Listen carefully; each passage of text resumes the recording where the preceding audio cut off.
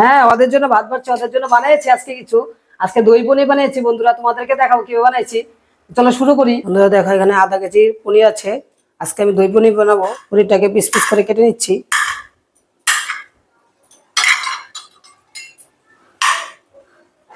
এখানে বড় বড় টুকরো টুকরো করে নিয়েছি। এখানে বানাবো কিভাবে কি দিচ্ছি তোমাদেরকে দেখতে থাকো পুরো ভিডিও। নিয়েছি মিক্সির জার, এর ভিতরে দিয়ে দিচ্ছি আমি সাদা তিল, দিয়ে দিচ্ছি পোস্ত, দিয়ে দিচ্ছি 7-8টা কাজু বাদাম, দিচ্ছি কয়েকটা আদা, একটু করে কাঁচা লঙ্কা, দিচ্ছি একটু জল দিয়ে পেস্ট করে নিচ্ছি। পেস্ট হয়ে গেছে। দিয়ে নিয়েছি একটা বাটি, নিয়েছি বড় চামচে 3 চামচ দই, যেহেতু দই পনির দইটা একটু বেশি লাগবে। নিয়েছি এখানে ধনিয়া গুঁড়া, জিরা গুঁড়া, লঙ্কার গুঁড়া নিয়েছি, দিয়ে দিচ্ছি। নিরামিষের দিনে একটু ভালো মতো বানালে বাচ্চারা খেতে চায়। পুরোটা সম্পূর্ণটা ভালো মতো মিক্স করে নিচ্ছি। দেখো সুন্দর স্মুথ একটা পেস্ট হয়ে গেছে। কড়াই বসে দিয়েছি। এখন পনিরটাকে একটু লবণ মেখে আমি ভেজে নিচ্ছি হালকা করে।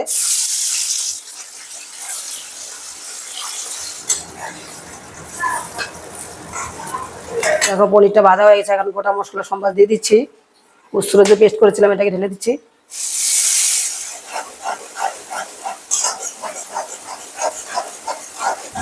দইয়ের যে পেস্টটা করেছিলাম এটাকে দিয়ে দিচ্ছি ঢেলে।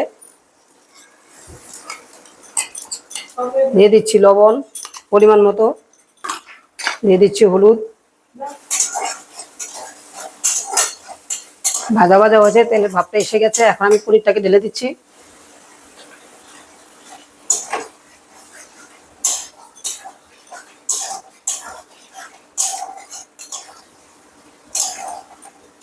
অল্প একটু বাটিটা ধুয়ে জল দিয়ে দিচ্ছি।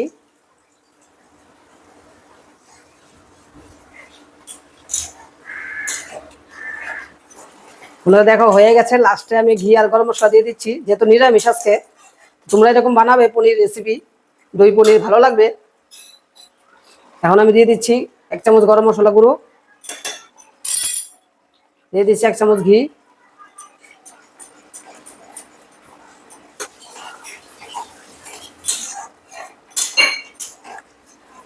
দেখো এখন ঢেলে দিচ্ছি। বন্ধুরা দেখো আমার রেডি হয়ে গেছে। উপরে একটু কসুরি মেথি দিয়ে দিচ্ছি। বন্ধুরা উপরে একটু চিনি দিয়ে দিচ্ছি। তোমরা মিষ্টিটা আগেই দিবে, আমি যেহেতু ভুলে গেছিলাম পরে দিয়েছি। বন্ধুরা দেখো আমার দই পনির রেডি হয়ে গেছে নিরামিষ। তোমরা এভাবে বানাবে। আর ভালো লাগলে ভিডিওটা বেশি করে শেয়ার করে। বন্ধুরা সবাই ভালো থাকো, টাটা বাই বাই।